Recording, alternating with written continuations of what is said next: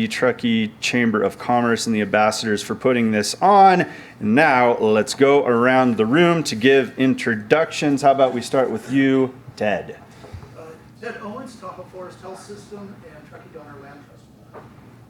Tony Lashbrook from Truckee River Watershed Council Board. Thanks, Meg. Meg Graff, Tahoe Forest Health System. April Cole, Friends of the Truckee Library. Erica? Erica Bennett, Global Real Estate Advisor and Chamber Ambassador. Chris, get you. Chris Tennant, Mount Construction and Shat Portion. Yeah. Anderson, representing the E. Casey Foundation. All right, let's jump forward to this table here.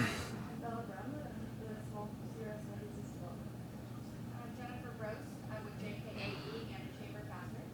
John Srisky, Mayor of Town of Truckee and Nevada County Transportation.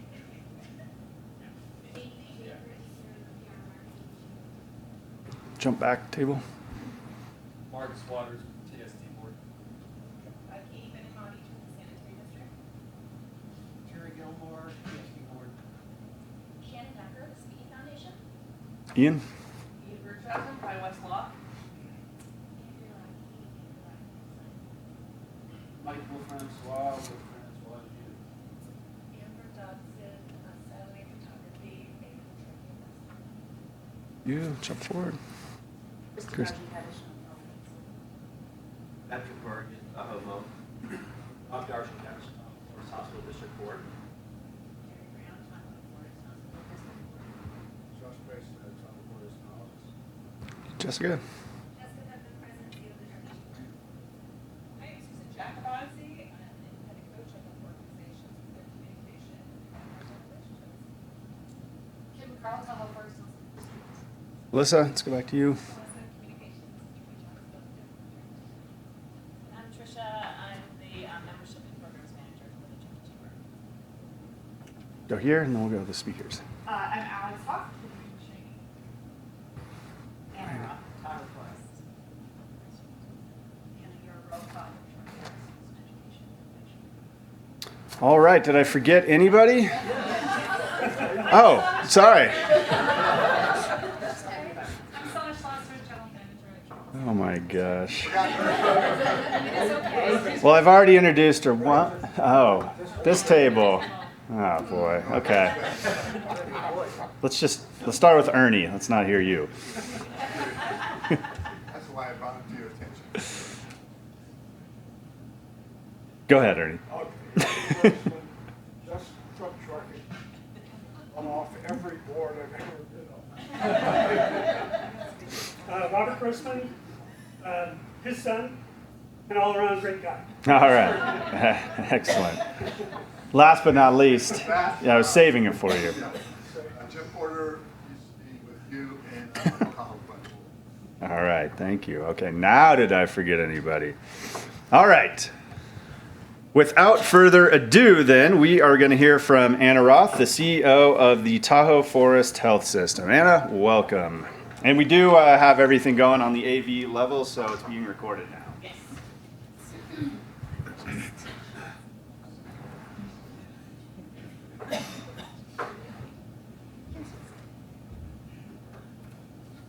Go? Yeah, and then you just click. Thank you. Thank you. I'm sorry, what do I click? Just the arrow. Okay, thank you.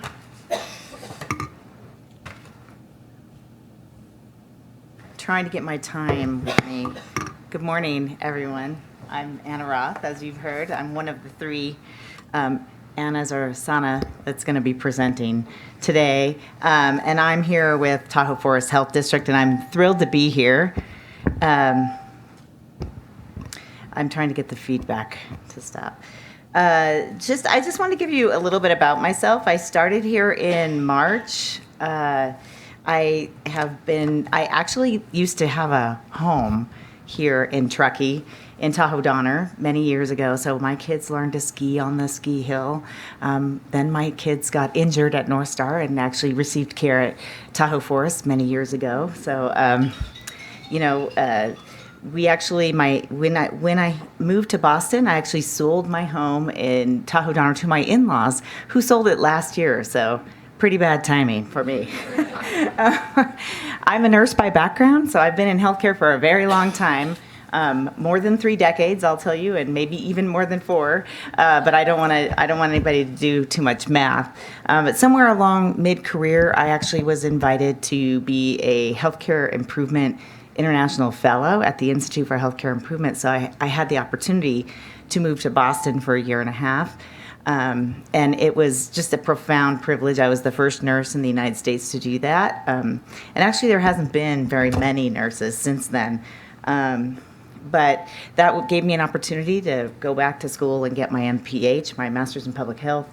And then I came back and ran my local health system in the county that I lived in, Contra Costa County. So this was actually it was very similar. It was a very small hospital when I started in the 90s. We built a hospital replacement during that time, and it went from sort of a $300 million operation to a $3 billion operation by the time I left. I think this year it just surpassed $4 billion.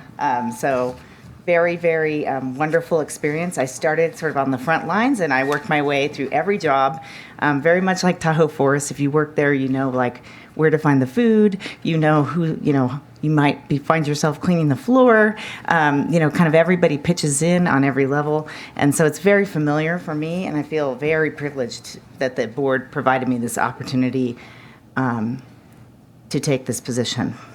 I want to sort of thank everyone today, actually, for coming out and listening to us. I know healthcare, there's been a little bit going on with healthcare recently.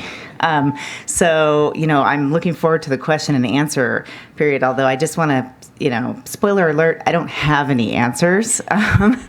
But there's a lot happening in the healthcare landscape, which I would just say sort of marks my career, which has been, I became a CEO in 2008, 2009, which if you all recall, was sort of the beginning of phase 1 healthcare reform in the United States. So I have been a healthcare CEO since we have been being reformed, and we continue to be reformed. And so I do think that the background in the quality improvement, and specifically sort of how to lead change, has actually prepared me for my role over the years.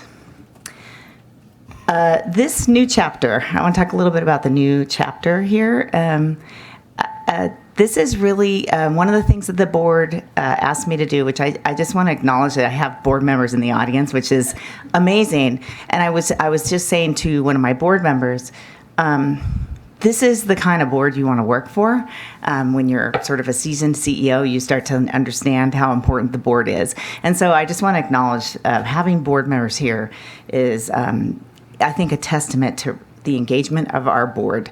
Our board is really interested in what's going on in this community, what the hospital and the health system needs to transform to be in order to meet the needs of the community.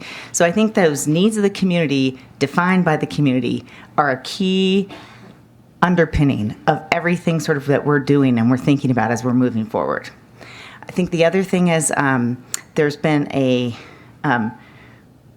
real desire to become more transparent, demystify the health system. And so that's one of the things I'll be doing going forward. And you'll see I did leave like a handout, and sort of, you know, at the back of the room, you'll find a handout. It kind of has a by the numbers. And this is, I actually want your feedback. Is it like, what's missing on this? And this is sort of to give you a sense of kind of like, what are we actually doing over there at the health system, and how are we delivering on value to our community? And really, is this aligned with what the community is wanting and needing? So that partnership with the community. And then finally, really pushing ourselves to provide exceptional care while strengthening our system. You have some of those, you have some of the numbers with you, but I just want to give you a couple of changes I think that you might not know about Tahoe Forest Health System. And that is, a lot of people, when they think about Tahoe Forest Health, they think about the hospital on Donner Pass Road. which is an important and central key feature of our system. I mean, it's an extraordinary asset for the community, provides exceptional care, and really specializes in both the general med surg community hospital, sort of, you can count on and rely on that, but also the cancer center, the ortho. I mean, we really have, for a small hospital, some extraordinary, highly specialized services with an extremely talented staff. I mean, very talented. We actually have one of our doctors here today, Dr. Kreis, our neurologist. And, having been a recent recipient of care there, I actually recently got in a bicycle accident. It sounds little, but it was actually kind of big. I was very grateful to be able to go in and have somebody, sign me off before actually I got on a plane to make sure that I was intact, and I think that that's something it's really interesting. I walked in and that's what they do. I mean, they have me in and out of there really quickly. But I was very grateful for the care. But it's not just about the hospital. 87% of our service, 87% of our revenue is actually coming from outpatient care. So the clinics that you sort of see from Incline Village, Tahoe City, and up into Truckee, that's where the bulk of our service is happening. So I just wanted to demystify that for people, because I think, again, a lot of people sort of think of Tahoe Forest as this building on Donner Pass Road, and it's a lot more than that. Really providing care from deep up in north all the way down to lake level and everything in between.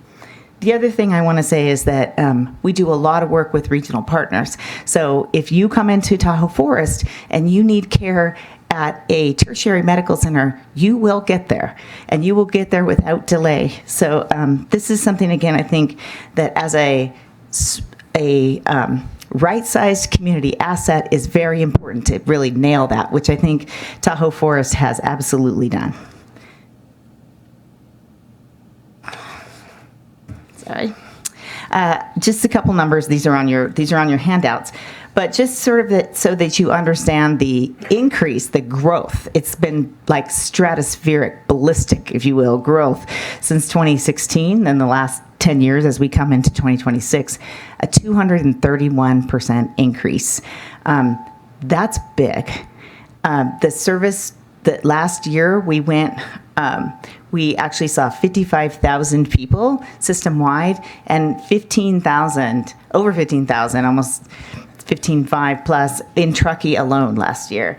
And then the other thing I think is really important is that when you're doing that kind of growth and you're working at that, you're doing that many, if you will, bed turns, exam room turns, it's really hard to have really great patient satisfaction, but Tahoe Forest absolutely does. In fact, we're among the top performers in the country, and we are the top we are the top performer in the state of California. So that's a really, I think, hard-fought score right there, that the patient satisfaction. And it's hard to do that, particularly when you're in this massive growth period, which we've been in. And again, I want to acknowledge our staff for that. I mean, that is what that is that staff being responsive. That's how we answer the phones. That's how we get the food to your room. That's how people say hello. That's how people move you through the pharmacy. That kind of satisfaction doesn't come easy. We're going to be doing some expanding, I think, in case you've heard.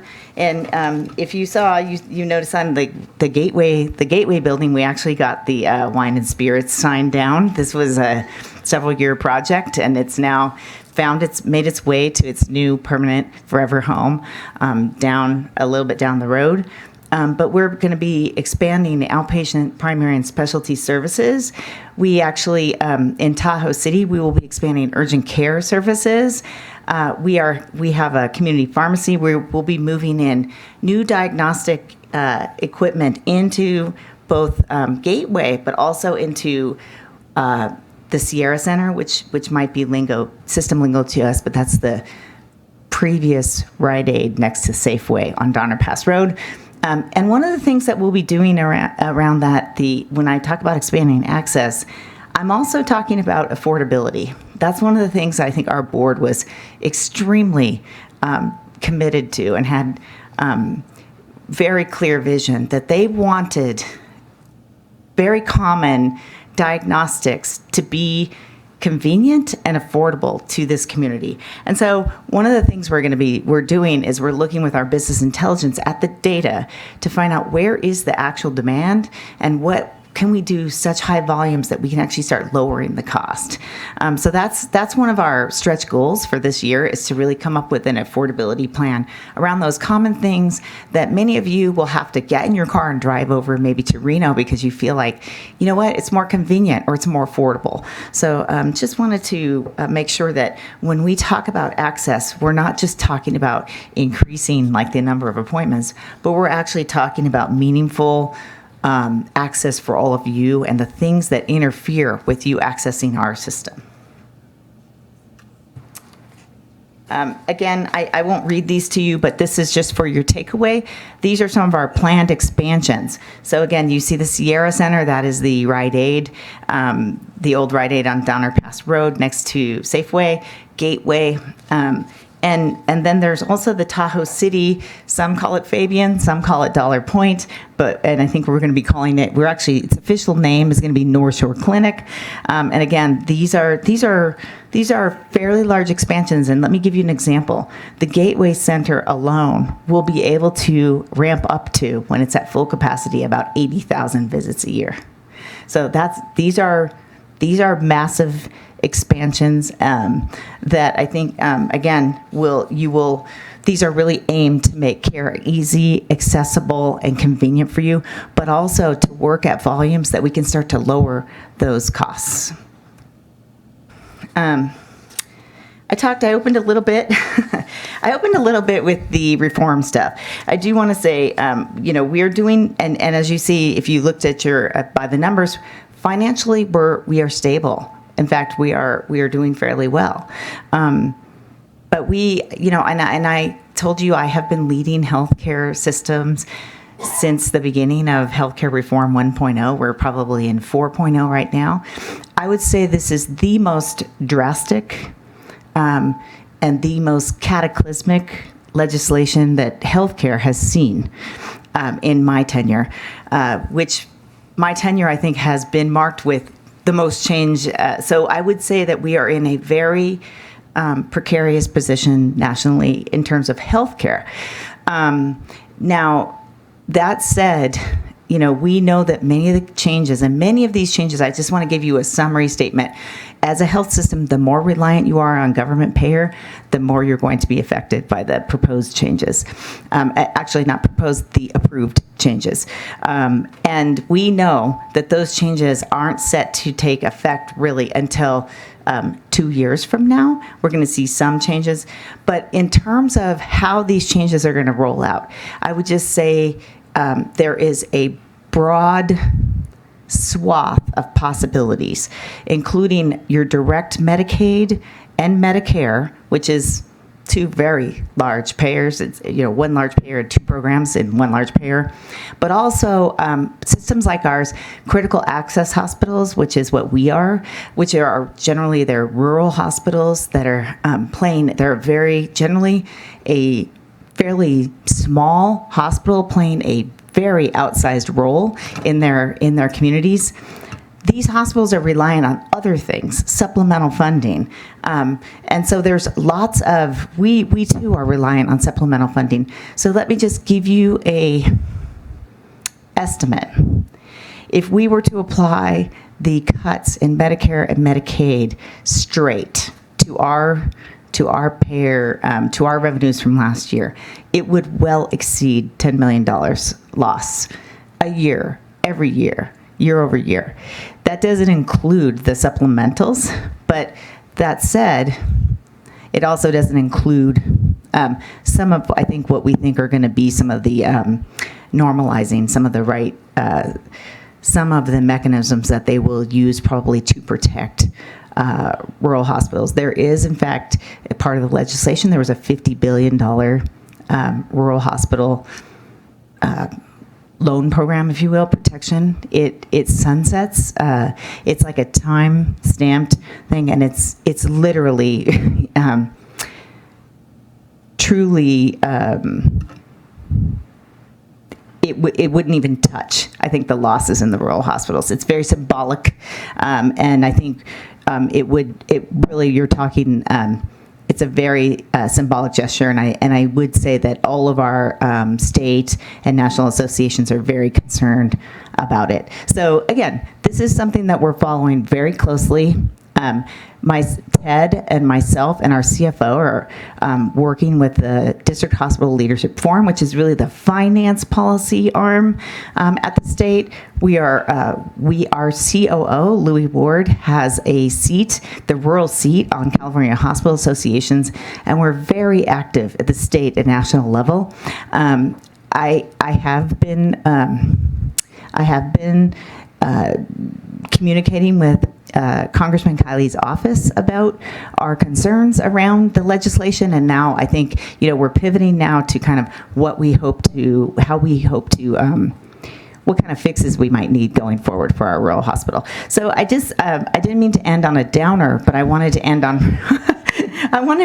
on though, I think an important kind of reality, which is sort of, we have a lot of work to do. I think one of the things that I would say about this, though, which this may sound unexpected, but it's a very exciting time because with change always comes possibility. And I have been working in the policy sort of arena for a really long time, so this is a comfort zone for me, and I think this is an area where Tahoe Forest can have a leading voice. And I think what we need to do, this is not a time for us to sort of put our heads down and feel hopeless. This is a time for us to really understand what is it that the community needs, because we will be going both to the state and to the federal level to explain what our community needs. And we fully expect our members, our representatives, to represent us. So it's a very exciting time, I think, actually. So I do want to leave on that message of hope, that I think that, again, with change, there's always possibility. So with that, I want to thank you so much for inviting me today. I know this was sort of a sprint through a very high level of the health system. I'm happy to answer questions at the appropriate time. And I'll hand off to, I think, Anna. Sana. Yes. Yeah, thank you so much. All right, Anna, thank you. We'll hold questions for the end, just in the interest of time to get all the speakers. So, Sana Schlosser. I'll say it again, Sana Schlosser, for missing you the first time, so I apologize. Thank you so much. All right, General Manager of the Truckee Sanitary District. Thank you. Thank you. Thank you. Yeah, just click there. Well, good morning. As you've heard several times now, I'm Sana Schlosser. I am the General Manager of Truckee's Sanitary District. And before I begin, I just want to thank the Chamber for putting on this excellent event and providing this opportunity to share a little with you about who I am and who Truckee Sanitary District is. Truckee Sanitary District is your local sanitary sewer provider. We are responsible for the safe collection and conveyance of wastewater and getting that to the treatment agency, which is TTSA. And just want to make the point that we are a fundamental part of the infrastructure that makes Truckee life possible, and I'm really excited to be a part of that. So first, I'm going to share a little about me. My professional background has been committed to service and infrastructure. Started my career out as an officer in the Air Force. I spent 17 years working at the Truckee Donner Public Utility District in the electric department as an engineering manager. And it was there that I really developed a passion for public service through infrastructure. I continued that into working in private industry, working for Jensen Infrastructure, where I was able to help our large utility customers find the solutions they needed to serve their communities. But was really excited to take on this role as general manager for Truckee Sanitary District because I truly believe in the power of service. I've been a longtime Truckee resident. I've lived here for over 20 years. I love this community. I think this is such an incredible and special place. Like so many people, I came for the winters, wanted to be a ski bum, but stayed for the summers. We're so blessed to have the mountains, the water, the incredible plethora of outdoor activities, and this incredible community, and it's a place I'm truly proud to call home. With that, I'm very committed to Truckee and maintaining the Truckee way of life and being a part of this community. I've got kids in the school system, my husband's a local business owner, and I commit as much time as I can to volunteer service. It's really important to me. It's actually kind of my core value is service. My decisions I make, how I spend my time, I'm always trying to be of service to my community, our team, my family, all the different ways that we can serve. And so that kind of shows up through the core values that are listed up here, but I'm not going to spend too much time on that. But it's this commitment to service that really brought me to Truckee Sanitary District.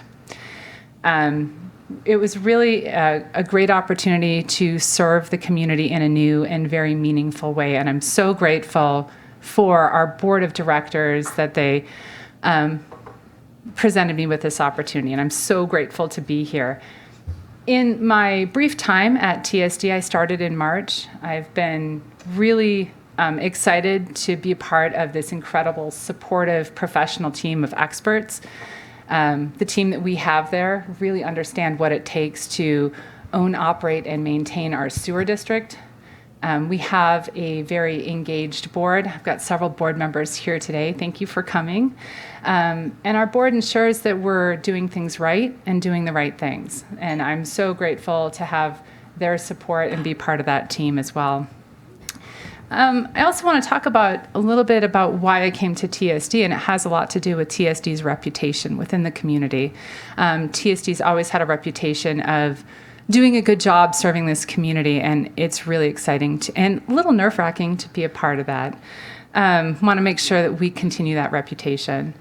And ultimately, one of the things I love about TSD is our commitment to our mission. So our mission is to protect the public health and environment while providing our customers a high level of customer service consistent with the prudent management of public funds. It is our job to ensure that we safely collect wastewater from our service territory, convey that to TTSA without incident, keep it out of the environment, protect our public health, and we do that with a high level of service and being very fiscally prudent in managing our resources responsibly. So I'm not going to go through 120 years of history. There's some highlights on this slide, but what I want to really highlight is the first part of our mission statement is to protect the public health and environment. That is ultimately why we were formed in 1906. In the late 1800s, early 1900s, there were a lot of public health crises related to illnesses caused by human waste getting into our water sources. So people were looking for a way to prevent that in the future and to protect our communities, and that's why TSD was formed. Up until 1972, we treated our own wastewater, and in 1972 is when TTSA, the Tahoe Truckee Sanitation Agency, came on board to do the treatment of the wastewater, and they serve the North Lake Tahoe Basin. They serve 5 agencies. We're one of those agencies. And you could see a little bit of the history. The black and white picture is an image that shows the original offices in one of our cesspools. And now you can see that facility looks significantly different today. Thank goodness. So a little bit about TSD. First of all, our service territory, we serve the greater Truckee area. From the east side of Glenshire out to the west end of Donner Lake, we're about 39 square miles. We serve primarily in Nevada County, but we do have a portion of our service territory in Placer County. And like I said, within this service territory, our responsibility is to safely collect and convey the wastewater from your homes and businesses to TTSA. So in that service territory, you can imagine we have a lot of infrastructure. Fortunately, sewer systems are typically gravity fed. So we rely on gravity to transport that wastewater. So we have about 215 miles of gravity lines. But as you can imagine, we have some challenging topography here in Truckee. So we frequently have to move wastewater from a low point to a high point. and get it back into a new gravity basin. So we do that through our lift stations. There's a picture of one of our Donner Lake lift stations down below. You've probably seen them. We did put some really nice pictures on them, and we try to make them look as nice as possible. But these are a fundamental part of our system to ensure that we are keeping that wastewater within our system. We have overflow tanks at the Donner Lake area to, again, further ensure that we are doing everything we can to protect our environment and our community. So with that vast infrastructure, it takes a huge team. Not a huge team. It takes a great team to do that. I love this picture. This is actually from the retirement party for Blake Treason. He was my predecessor. And I think this picture is a great representation. It has current team members. It's got some retirees. It's got board members, some other general managers, and some of Blake's family members are on this picture as well. But it takes this whole team to make this happy, and I'm really fortunate to be a part of this team. So what do we do to maintain our system? I don't know how many of you have ever thought about how we maintain the sewer system. I hope you don't, because that means we're doing our job. But first of all, we inspect, we clean, and we maintain and repair our lines. Sounds pretty simple, right?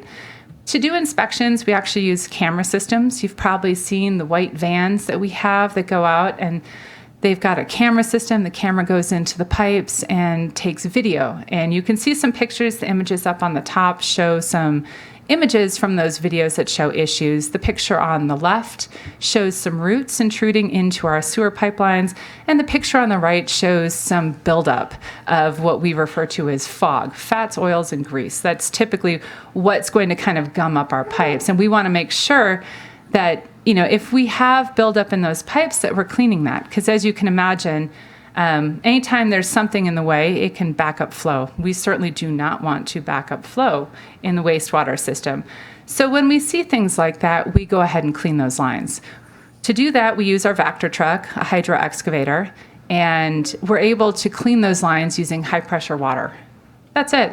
It's pretty straightforward. And as you can see from the pictures on the right-hand side, using high pressure water, they're able to scour those lines and keep them nice and clean so we can have good flow characteristics through those pipes.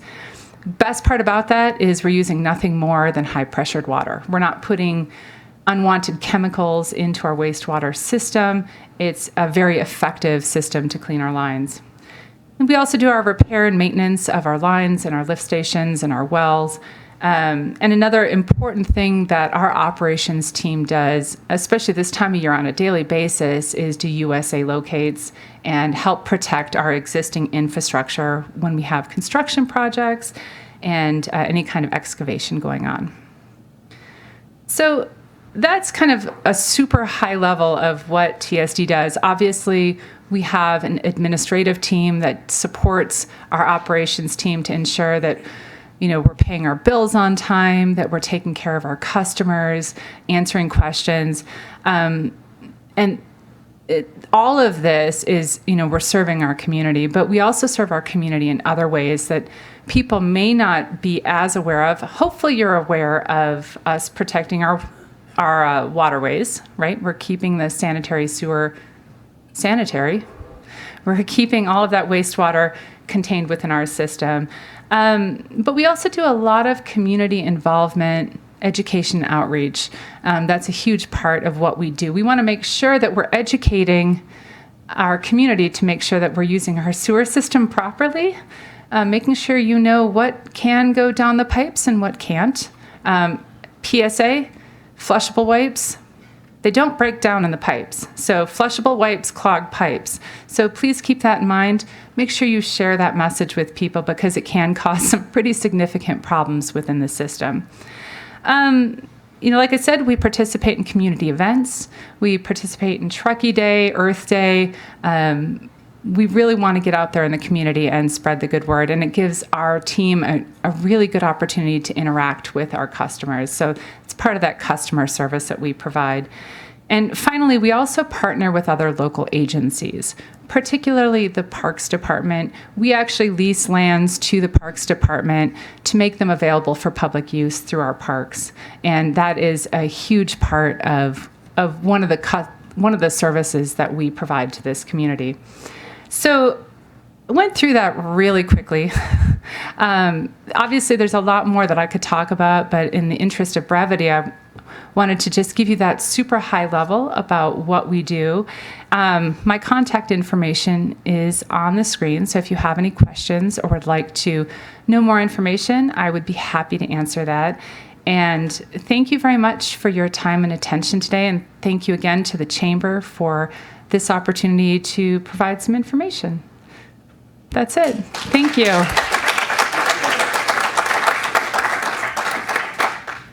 All right, up next we have Anna Yarbrough, the Executive Director of the Tahoe Truckee Excellence in Education Foundation.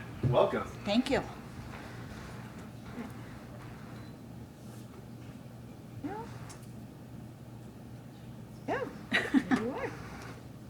Yeah, thank you. Hi, thank you. I see some familiar faces out here, which is always nice. As they said, my name is Anna Yarbrough, and I'm the new Executive Director at the Tahoe Truckee Excellence in Education Foundation.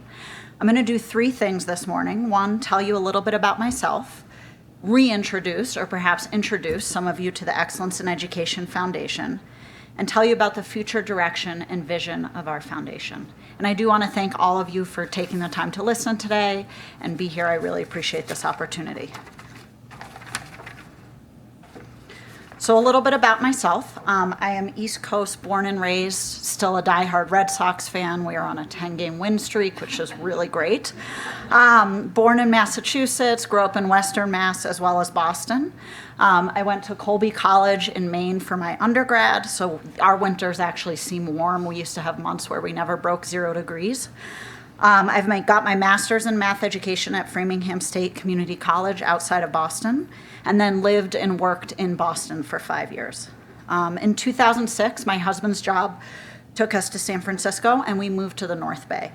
We lived there for 10 years, had 3 kids, but honestly, it never truly felt like it was our community. There were things we loved about it, but it never really felt like home. During this time, we spent our summers, not winters, in Truckee, and fell in love with it. The Truckee community felt aligned with our values and our priorities for our family. I still remember a day we were sitting at West End Beach while our younger kids were playing in the water, and I looked to my husband and said, "What if we just moved here?" And we sort of laughed at the impossibility of it at that time.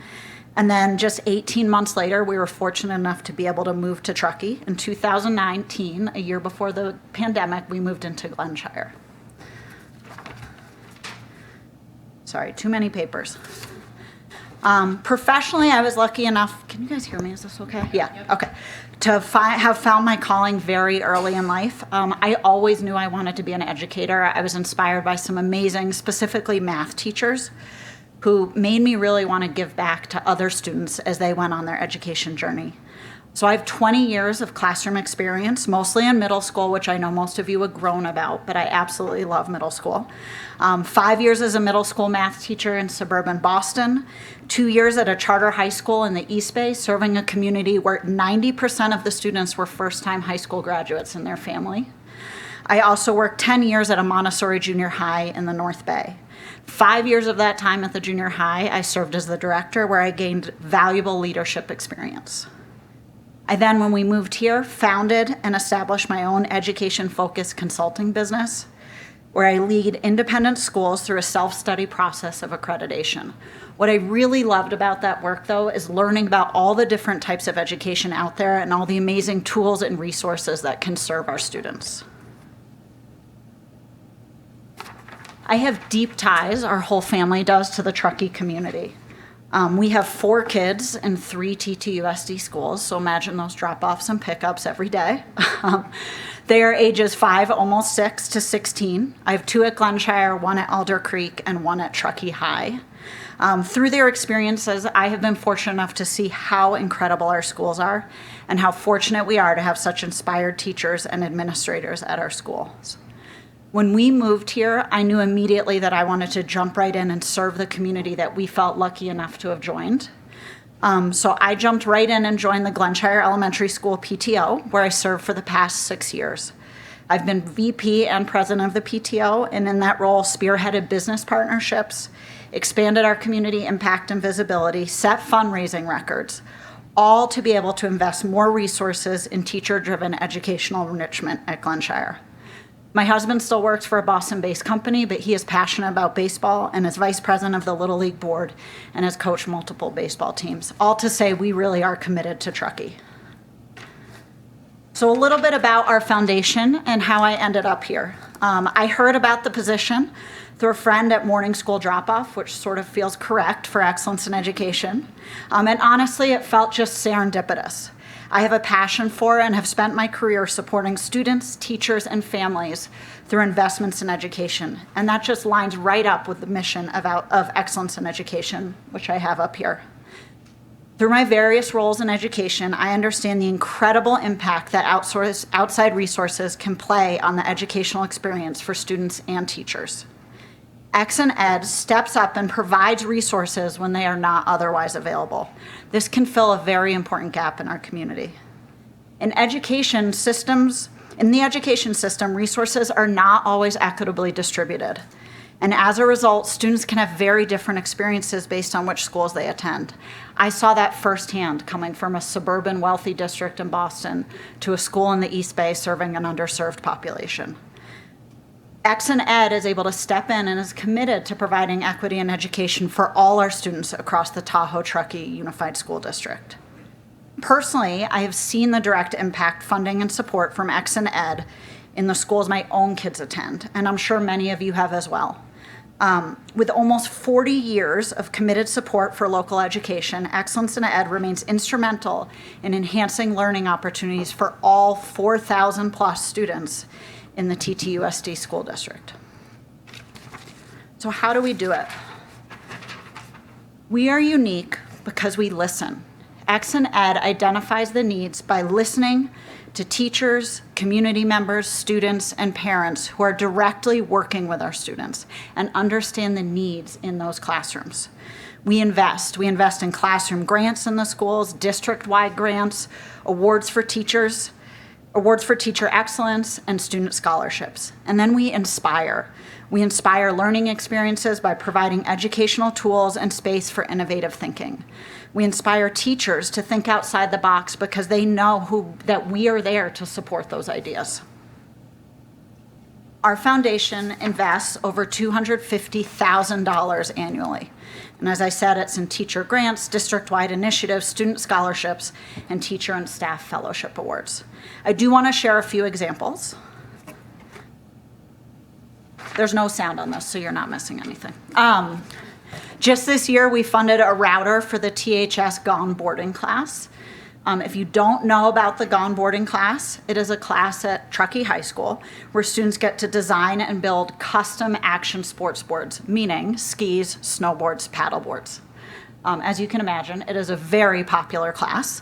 But in the world of traditional education, this class provides a home for students to move their hands and their brains in a different way. The router that we funded for over $15,000 will increase the number of students who can take the class and enable them to make a greater variety of boards and different things. It can also be used for the welding and engineering tracks. This is not something that the district would have otherwise been able to fund. We also recently funded climate action kits for sixth graders. And these interactive experiments are hands-on, they enhance the science curriculum, they empower students to be environmental leaders, which is certainly what we need looking forward. And our students, through that work, develop problem-solving and collaboration skills that will serve them as they move past school. So those are some of our smaller classroom grants that are written by teachers. We also do much larger impact district-wide grants. So if some of you had students here in school during the pandemic, you may remember this. But we had previously partnered with the district to help fund Chromebooks for students in grades 4 through 12. But distance learning with the pandemic created an immediate need for Chromebooks in students' grades TK through 3rd grade as we moved to distance learning. At Ex&Ed, we launched a campaign and raised the funds within 1 month to provide every student in the district with a Chromebook computer, enabling them to stay connected during distance learning. That effort ensured equitable access to education for all students in the district and bridged a gap the district could not have otherwise filled. And speaking with my friends and colleagues in other districts, they did not have this opportunity, and there was real breaks in the education experience for their students. Some of you may have heard about this exciting new endeavor with the district, but the TAHOE, which stands for Transformative Adventures in Hands-On Outdoor Education, TAHOE, lab and outdoor school is being built at the old Rideout School site in Kings Beach. This will bring outdoor experiences to all TTUSD students, including overnight trips. If you have any students at Kings Beach, some Kings Beach students were able to stay there this year, and my rising fourth grade daughter is really excited for her upcoming overnight this year in science. Outdoor education increases academic achievement, fosters collaboration and problem solving, and cultivates environmental awareness and stewardship. We were able to fund a grant for over $100,000 for bunk beds and mattresses for the TAHOE Outdoor School, getting the district closer to the completion of this project.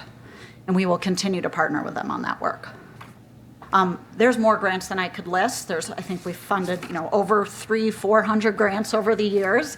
But what they all have in common, I just listed a few of them up here, is that the needs are identified by the teachers and the administrators and the experts within our school who know our students and their needs. And the investments go directly back into the school communities, which is so essential. And they all inspire students and teachers. So looking ahead, there is anticipated changes in funding for schools, and we want to be prepared. We already know of a 10% cut in funding to career and technical education due to reductions in the Perkins grant. There are other possible cuts in federal funding, and the reduced funding would increase the need for necessary resources in our school. And additionally, a general tightening of the budget means less flexibility for teachers within the district. So ExxonEd can and will step up to fund those needs and to continue to support those exciting and innovative things that make our schools so incredible. We also want to continue to support district-wide initiatives. We partner with the district, work to understand their strategic direction, and continue to support their growth. So one example is that outdoor school. And lastly, we want to work to increase our visibility as well as our funding. Many people know us by the green bags. If you've had young kids, you may recognize these.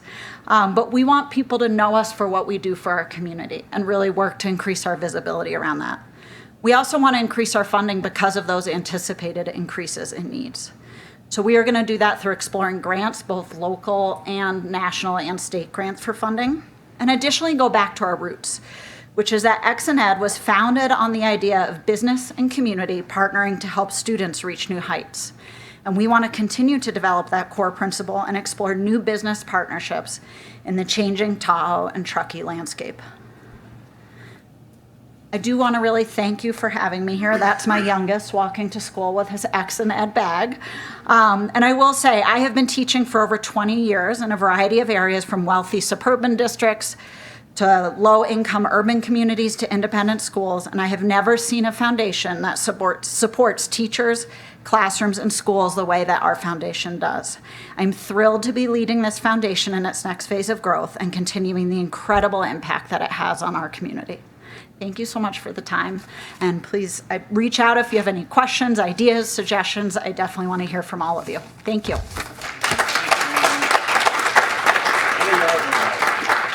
All right, we're going to have Kevin Emberson do his speech, and then we'll have some time for questions. So Kevin, come on up.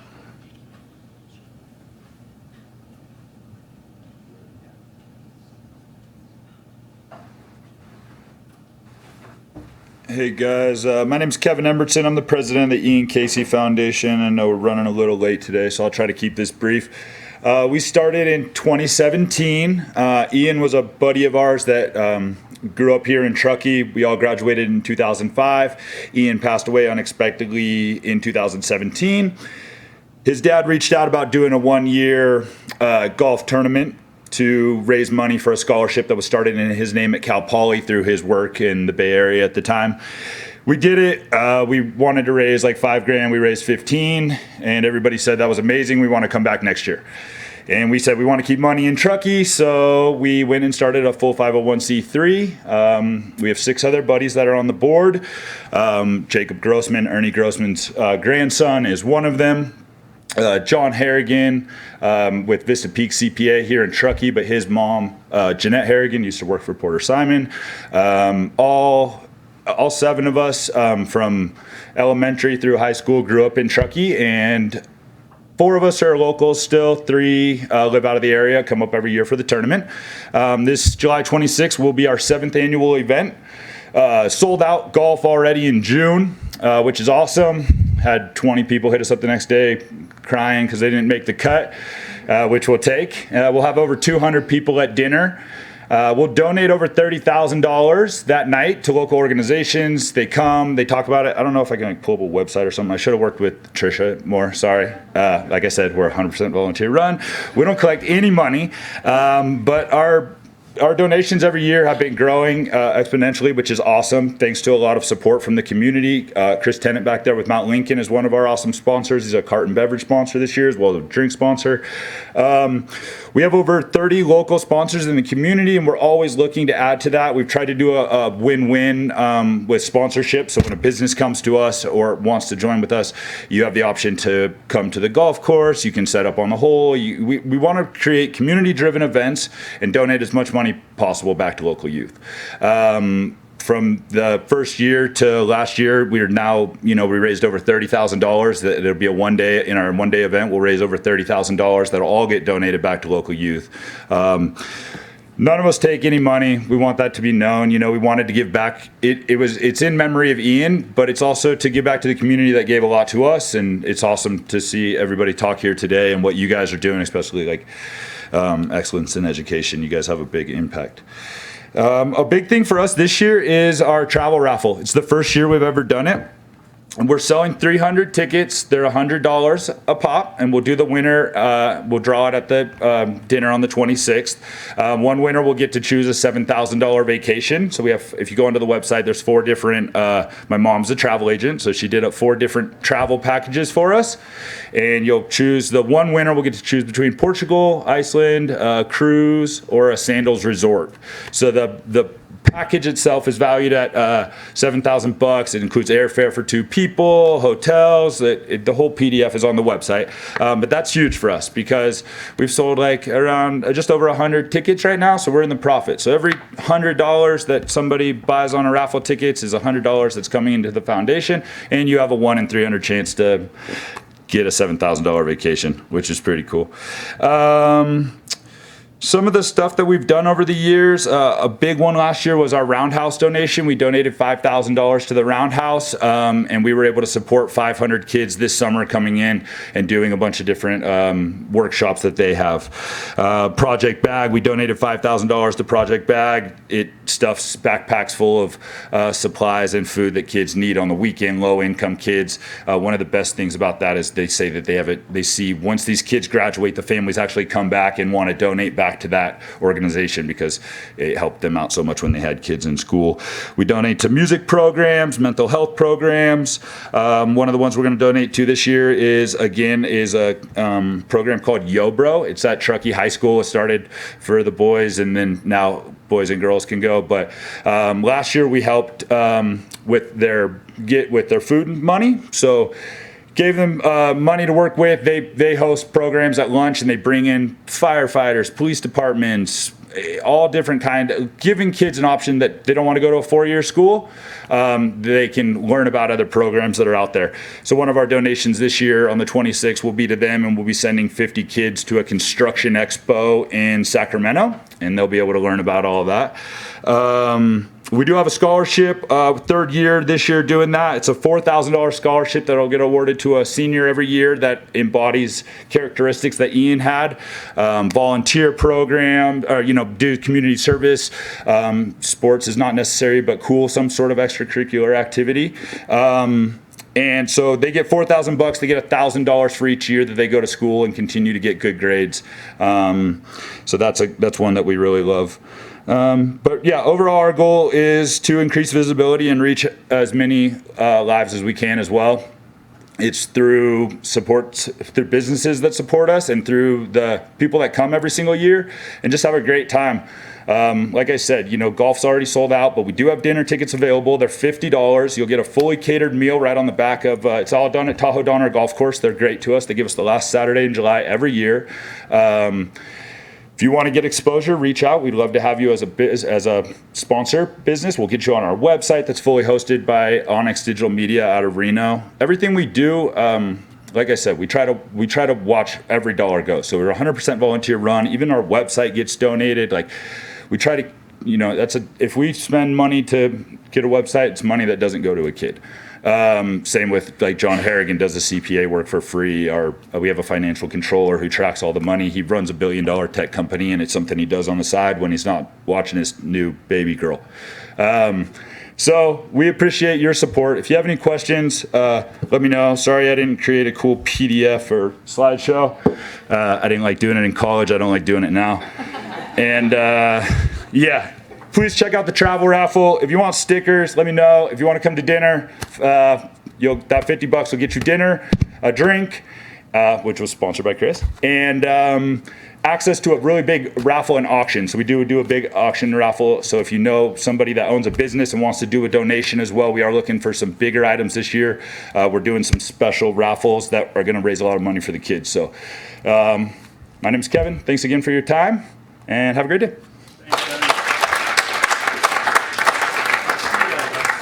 Yeah, so the website, it's on the travel raffle, but it's just 4 letters. Ian came to school in 5th grade, thought he was pretty clever. He's like, I can spell my name in 4 letters, E-N-K-C. So enkc.org is the website, and yeah, check it out. Great, thanks. Okay, we have some time for questions for any of our speakers, if anybody would like to ask that. If not, we will go around and do some stump speeches. Okay, Tony. Question for Sean. The district in Truckee, affluent community, but we still have neighborhoods that aren't sewer. Meadows have like a septic system. What's your philosophy? Was the district doing to sewer those areas and sewer meadows and separate? There's still. So that's an excellent question. The neighborhoods you mentioned are within our sphere of influence. However, like you said, they are not currently served. It has been the district's approach that development pays for development. So in order to extend into those neighborhoods, we need to have a neighborhood approach to undertaking that process. It has not been our policy to go in and underground that sewer because it's, we want that neighborhood to fund that development. And I think that's been the right approach. However, that, as you can imagine, that work is very expensive. So it is a huge burden. I think we can talk more offline. I would love to talk more to you about that. Other questions? Yeah, Jan. This is for Anna Robb. I was wondering, coming from Contra Costa and given your experience on quality of care, do you think the Medicare and Medicaid services star rating system for quality of care is a good set of measures for the hospital care? I wish you wouldn't have asked me that question. I think that all rating systems have limitations. Right? So I think it's important though to have a benchmark. So I do think actually that the star rating system is helpful. That said, Tahoe Forest, you have to have a certain amount of volume. So for instance, we won't get a rating because we have not got the high enough volume to get a rating, which is unfortunate. Like we were rated, we would be one of the highest rated. I will say for our long-term care facility, the ECC, we refer to as the ECC, we are one of very few 5-star rated facilities. So I would say all rating systems are flawed, but they're nice to have a benchmark. And I think one of the biggest flaws for small hospitals like ours is that just if you don't have enough volume, you don't even get a score, which I think is confusing for the community why is there no score here? So, you know, if I had a wand, I might change it, but I don't. But thank you, it's a great question. I think it's a place people go to look to see, you know, like how is this hospital doing? And unfortunately, if you don't have enough volume, you just won't get scored. Other questions? Okay. Oh, just keep firing away, young. So the impact of the federal budget process, I mean, recent legislation, do you see that as increasing the percentage of Medicaid patients that Tahoe Forest will be taking in because of potential closures of other rural hospitals? You know, I don't have a crystal ball, but I will say, the question was, do I see the changes in the recent legislation, the one big beautiful bill increasing Medicaid? A couple of things I would say is that both at the federal level and at the state level, there are actually going to be imposed restrictions on Medicaid and or decreases. At the state, the expansion population will actually start to reduce again. They will start to roll that expansion back. So what I actually see for Tahoe Forest and other, probably like pretty much universally, is an increase in the charity care because they won't have Medicaid. You know, that said, we don't know that you might see some people come off of some rolls or out of insurance and onto Medicaid. But at the end of the day, what I see is a increase in those lower, if not no pay patients rosters. All right, yes. What Sana said is exactly right, but I'd like to give a couple of examples to make a point. Sierra Meadows has always been an area of concern for us because of numerous failures in the septic systems out there. Over the years, we have conducted, not we, but the association, the homeowners association, have conducted motions from all their constituents on who wants a sewer.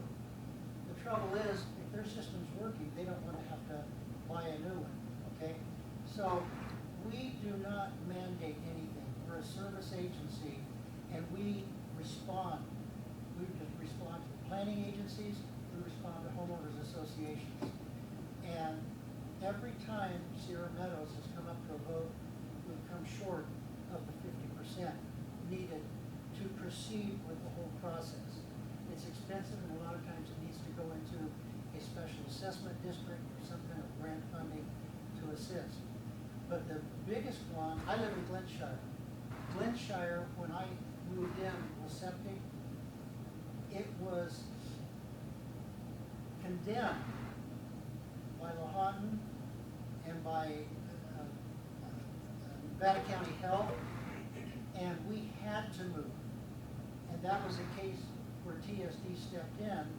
We had people go back east and got in the backside of the Clean Water Act bill. And that's what made Glenshire. But Glenshire is one of the biggest ones that the whole area actually failed and was condemned. So we're there to serve, but it's served at request, not by our demand. Thank you. All right, if no other questions, we'll go into stump speeches. Anybody have stump speeches? Yes. Hi there, I am Susan Jacobazzi, and I wanted to talk about two things pretty quickly here. Number one is the Next Level Leadership Program, which is an 8-month series that I lead. Last year was our first year, and we partnered with the chamber here to put that together. There's another leadership program in town, and this one is meant for people who already are in leadership roles, already have people who are reporting to them. And we talk about communication in general and as a leader, so giving feedback to your employees, working with personality that's a little tough to get along with, or creating issues interpersonally between other employees and so on. We talk about employee retention, we talk about siloing, all of the main issues that come up in any organization. So you'll notice on your table you have a laminated card that has a QR code that you can go to learn more about the leadership program. So right now we're doing registration. It starts in September.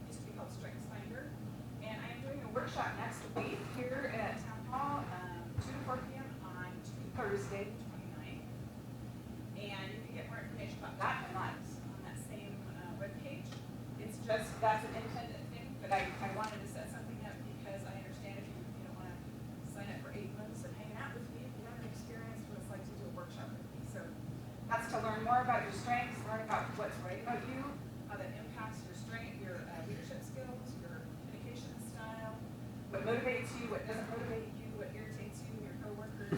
All those things are directly related to what is right about us, which is what we talk about the most in Coaching Strengths. If you'd like any more information, I'll be hanging around afterwards. Please come chat with me, or you can, on that website, you can make an appointment with me on Zoom. Thanks, Susan. Thank you. Anybody else? Stump speeches. Yes, April.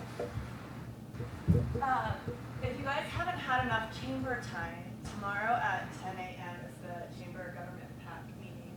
And prior to Senator Alvarado Gill presenting, I will share some information on the upcoming bond measure this November 2025, which will help fund the new library project.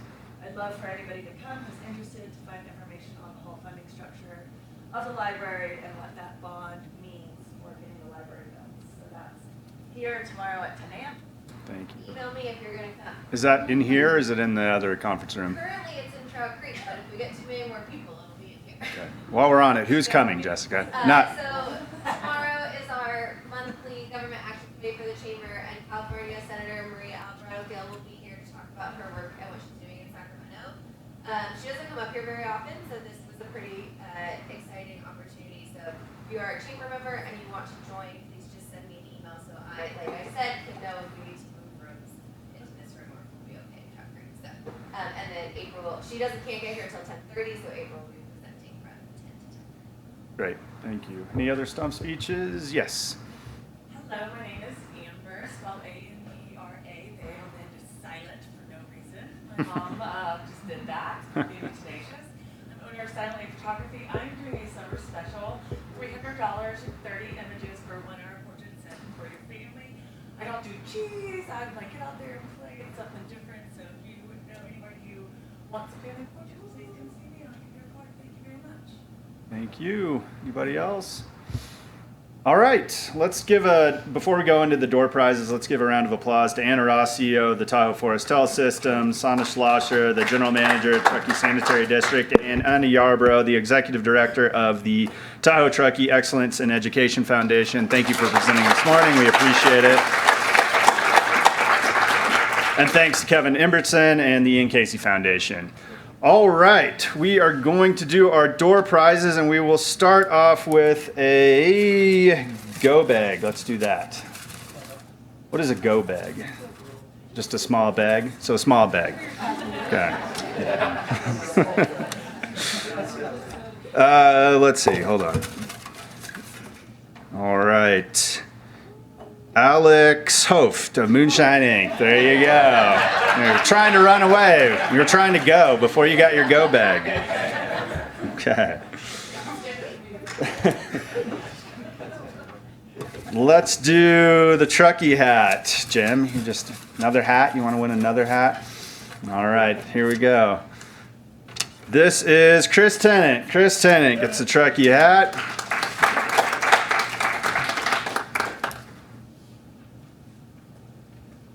Okay, we will do an Ian Casey Foundation t-shirt. Cool. That will go to Patrick Hurrigan. All right.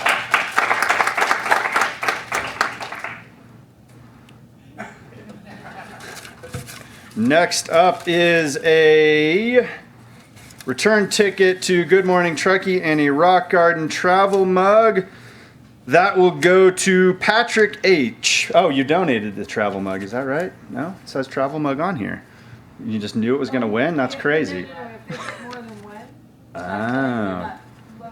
Got it. Okay. Patrick H. Yeah. All right. Goodness. Look at that. All right. And last but not least, we have...